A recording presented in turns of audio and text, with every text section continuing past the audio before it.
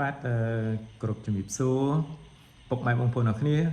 វិលមកជួបគ្នាជាមួយខ្ញុំនៅក្នុងវីដេអូខ្លីពី Channel YouTube ឈ្មោះថា Khan Chenthuan Official ឬក៏ពី My Family 88លក់រថយន្តបងប្អូនចឹងថ្ងៃនេះខ្ញុំ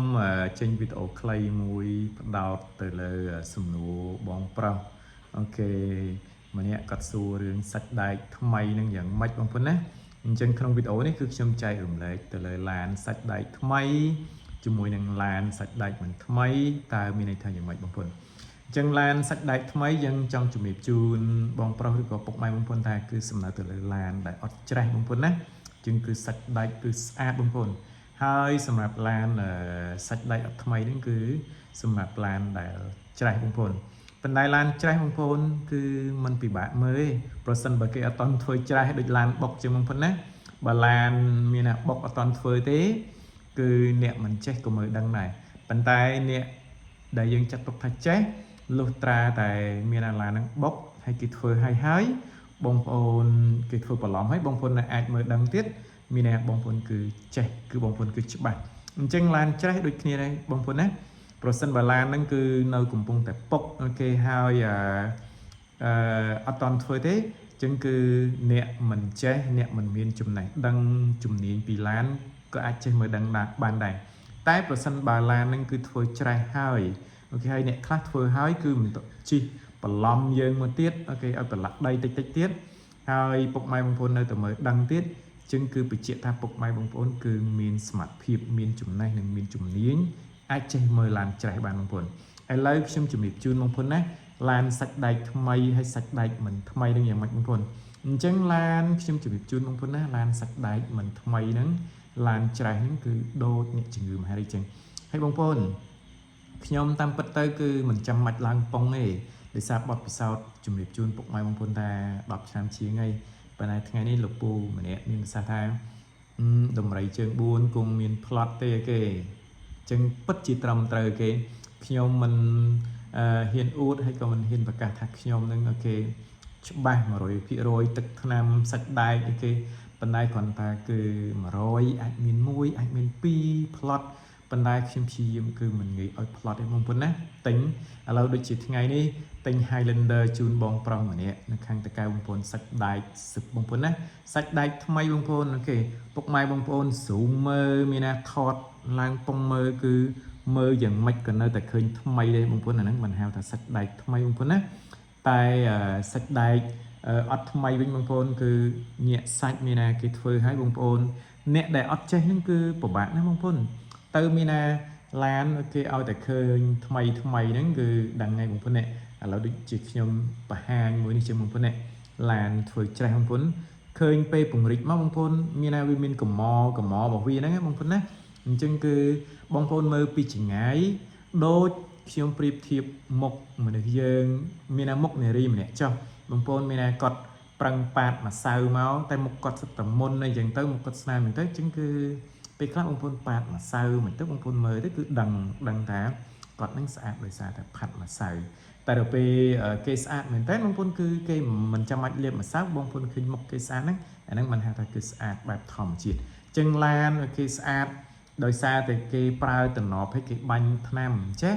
អាហ្នឹងគឺដូចដែលមុខយើងគឺប៉ាតម្សៅយើងប៉ុន្តែមុខយើងគ្រាន់តែលាងម្សៅចេញមកគឺសិតតែមុនអានេះបើសិនជាឈូសចេញមកគឺសិតតែច្រេះបងប្អូនគេអញ្ចឹងឡានសាច់ដែកមិនថ្មីហ្នឹងគឺសំដៅទៅលើឡានច្រេះហើយបងប្អូនមិនពិបាកមើលទេបើបងប្អូនមើលពេលគេធ្វើហើយក៏ដោយអូខេបងប្អូនមើលតាមរូបខ្ញុំបងប្អូនណាពេលខ្ញុំពង្រីកទៅបងប្អូនឃើញកំហ្មងអូខេអញ្ចឹងឡានគេធ្វើច្រេះគឺកិច្ចអត់ផុតពីភ្នែកយើងបងប្អូនណាហើយគេក្រមេបងប្អូនដូចជាម៉ាស៊ីនអីហើយថ្ងៃមុនខ្ញុំទៅដល់ទៅគឺចំជាមួយម្ចាស់គេអូខេអញ្ចឹងគឺពិតជារៀងខ្មាស់ខ្លួនឯងដែរបងប្អូនគេតែថាឡានគេមានតែខ្ញុំនងកូនសិស្សរបស់ខ្ញុំគេទៅរៀនហើយអត់ដឹងថាគាត់ជាម្ចាស់បងប្អូនណាថតអូខេក៏បង្ហាញគុណសិស្សថាឡាននេះម៉ាស៊ីនគេក្រមេអស់ហើយទៅវាច្រេះហើយដល់ម្ចាស់គេមកថាឡាននេះថ្មីដែរគេខ្ញុំគ្រាន់តែលាងទឹកមកសម្អាតមួយនេះតែតាមពិតឡានបងប្អូនគេក្រមេមកឡើងឡានច្រេះហើយឡានហ្នឹងគឺខ្ញុំបានចេញវីដេអូហើយទៀតប៉ុន្តែគ្រាន់តែខ្ញុំទេអ្នកខ្មាស់គាត់មានណាអត់ដឹងឡានគាត់ប៉ុន្តែអត់បាននិយាយអីច្រើននៅសំណាងដែរ ហើយនេះបងប្អូនឡាននេះឡានគាត់ដែលគាត់ថាថ្មីឯឡានធ្វើច្រាស់នេះបងប្អូននេះឃើញគេធ្វើពោដូចស៊ីនអញ្ចឹងបងប្អូនណាឡានចាស់បងប្អូនណាអញ្ចឹងបងប្អូនទៅមើលនៅក្នុងFacebook page ខ្ញុំទៅអូខេគឺខ្ញុំបានបង្ហាញជារូបភាពដែរហើយនៅក្នុងវីដេអូក៏មានក្នុង channel ប៉ុន្តែពេលខ្លះបងប្អូនមើលវីដេអូអត់សូវយល់គឺខ្ញុំមានជារូបបងប្អូននេះអូខេរូបបងប្អូនឃើញទេកមបងប្អូនតែបងប្អូនមើលពីចង្អែនេះដោយសារខ្ញុំបរិយាណាបងប្អូនអ្នកអត់ចេះវិញមើលទៅឃើញថ្មីចេះហ្មងអាហ្នឹងដូចយើងទៅពិនិត្យផ្ទៃមុខគេចឹងបងប្អូនណាពិនិត្យទៅគេប៉ាតម្សៅវិញតែបងប្អូនពិនិត្យឲ្យចិត្តទៅឃើញមុនស្នាមមុននេះដូចគ្នាដែរបងប្អូនអូខេហើយបឡាន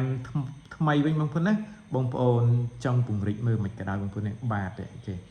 តែនេះអត់ចេះវិញពេលខ្លះពិបាកនិយាយគ្នាណាបងប្អូនឃើញកាវឃើញអីហ្នឹងហើយពេលខ្លះខ្ញុំអត់សូវចង់បង្ហោះក្លុកក្លៀតម៉ែនេះសួរខ្ញុំ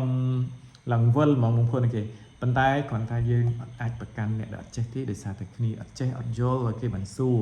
តែអ្នកដែលគេដឹងវិញគឺគាត់តែឃើញដូចជាអ្នកបងប្អូនមានថា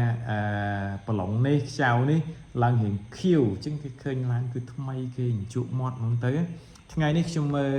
330បងប្រុសមួយគ្រឿងនិយាយទៅគឺថ្មីដើរចេញមិនរួចតែម្ដង05នឹងគេមកជាលំដាប់មេឡានប៉ុន្តែជូនបងប្រុសបងស្រីទិញដោយសារគាត់ស្ទើរលុយចឹងគឺទិញ330បានទិញបាន Highlander ប៉ុន្តែបងប្អូនឃើញទេខ្ញុំទៅតែប្រហោះមុនហ្នឹងគឺថ្មីមែនតើហើយតិចទៀតខ្ញុំនឹងប្រហោះជារូបជូនបងប្អូនប៉ុន្តែស្ដាយបងប្អូនណាចាំមើលមួយថ្ងៃពីរថ្ងៃទៀតខ្ញុំដើរមើលឡានអញ្ចឹងខ្ញុំនឹងព្យាយាមថតឡានណាដែលប៉ះគេឡានណាដែលច្រេះឡានណាដែលគេអូសកាវឡើងវិញថតជារូបហើយខ្ញុំនឹងសរសេរដាក់ជូនពុកម៉ែបងប្អូនមានតែសរសេរឲ្យប្រហោះជូនគឺຕົកជាបទពិសោធន៍នឹងចំណេះដឹងជូនពុកម៉ែបងប្អូន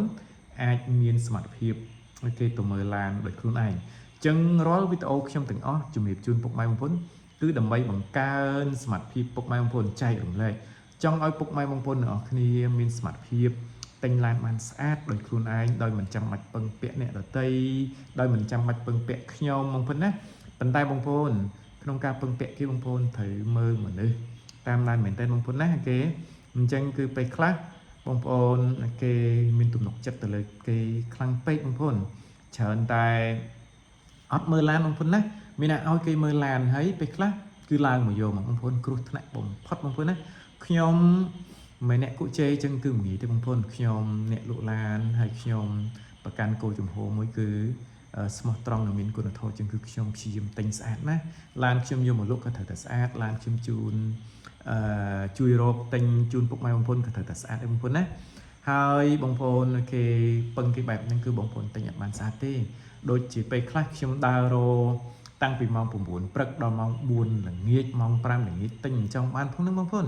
ហើយទៅដើររណាមុនឲ្យបងប្អូនហ្នឹងគឺគេទៅធ្វើយើងស៊ីទេបងប្អូនណាមានតែគេទៅធ្វើតម្លៃគេទៅចរចាគ្នាហើយចឹងគឺរុញយើងដូចរុញស៊ីក្លូចូលឡានអញ្ចឹងបងប្អូនទិញអត់បានស្អាតទេបងប្អូនណាហើយបងប្អូនមើលវីដេអូមុនពាក់ព័ន្ធជាមួយហាងឆេងឡានបងប្អូនគឺខ្ញុំបានជំរាបជូនយ៉ាងច្បាស់ជាមួយ Highlander ជាមួយ330 4AX Camry 07 08 Toyota Prius 010បងប្អូនណាចឹងហាងឆេងគឺបានជំរាបជូនពុកម៉ែបងប្អូនហើយអញ្ចឹងបងប្អូនតដាស៊ូទៅអ្នកលក់ទាំងអស់ឲ្យគេរួមទាំងខ្ញុំมันមានគេរបស់ណាល្អហើយធូរថ្លៃទេបងប្អូនអត់មានទេបងប្អូនណាមានតែរបស់មិនល្អលក់ថ្លៃមានបងប្អូនគឺគេបន្លំភ្នែករបស់ហ្នឹងអត់ល្អលក់ថ្លៃមានប៉ុន្តែបើថារបស់ល្អលក់ធូរថ្លៃហ្មងគឺមិនមានទេបងប្អូនលុះត្រាតែមនុស្សហ្នឹងគឺចាញ់លបែងជពាក់គេវ៉ាន់កយណាអាហ្នឹងបានមានបងប្អូនណាប៉ុន្តែបើសិនជារបស់ល្អ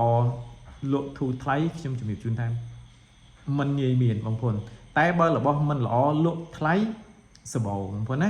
គឺលក់ជូនសម្រាប់ពុកម៉ែបងប្អូនដែលមិនមានចំណេះដឹងនិងជំនាញក្នុងការមើលឡានគេធ្វើច្រាស់ឡានគេបុកឡានគេក្លាប់ឡានគេបដូរពណ៌អូខេអញ្ចឹងគឺតាមពិតតម្លៃវាធូរទេរបស់ហ្នឹងអត់ល្អទេប៉ុន្តែគេលក់ថ្លៃអូខេអញ្ចឹងគឺមានបងប្អូនប៉ុន្តែបើសិនបើអ្នកលក់ដូចខ្ញុំអ្នកលក់ដូចគេមានសមត្ថភាពគេដឹងថារបស់គេល្អ